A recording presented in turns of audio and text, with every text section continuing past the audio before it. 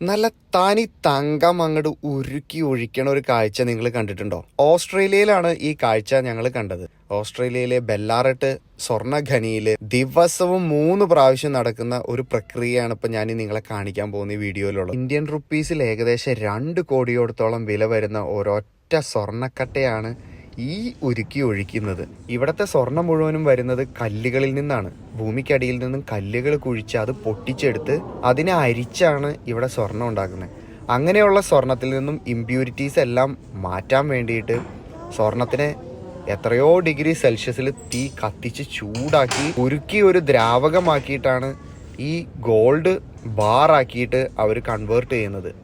ആ പ്രക്രിയ ഇവിടെ എല്ലാ ദിവസവും ആൾക്കാരെ കാണിക്കാൻ വേണ്ടിയിട്ട് ഇപ്പം നടത്തുന്നുണ്ട്. 1064 സെൽഷ്യസ് ഡിഗ്രി ചൂടാക്കിയാലാണ് കേട്ടോ ഗോൾഡ് ഉരുകുന്നത്, ഈ പരുവമായി കിട്ടുന്നത്. ആ ഗോൾഡിനെ വീണ്ടും തണുപ്പിക്കാനായിട്ട് ഇവർ വെള്ളത്തിലേക്ക് നേരെ അങ്ങോട്ടേക്ക് ഇടുക. കണ്ടോ, നല്ല സുന്ദരനായിട്ടുള്ള ഗോൾഡ്. തനി തങ്കം എന്ന് പറയുന്നത് ഇതാണ്, തനി തങ്കം. ഇതൊക്കെ ഒരെണ്ണം കിട്ടിയാൽ നമ്മുടെ ജീവിതം രക്ഷപ്പെട്ടേനെ.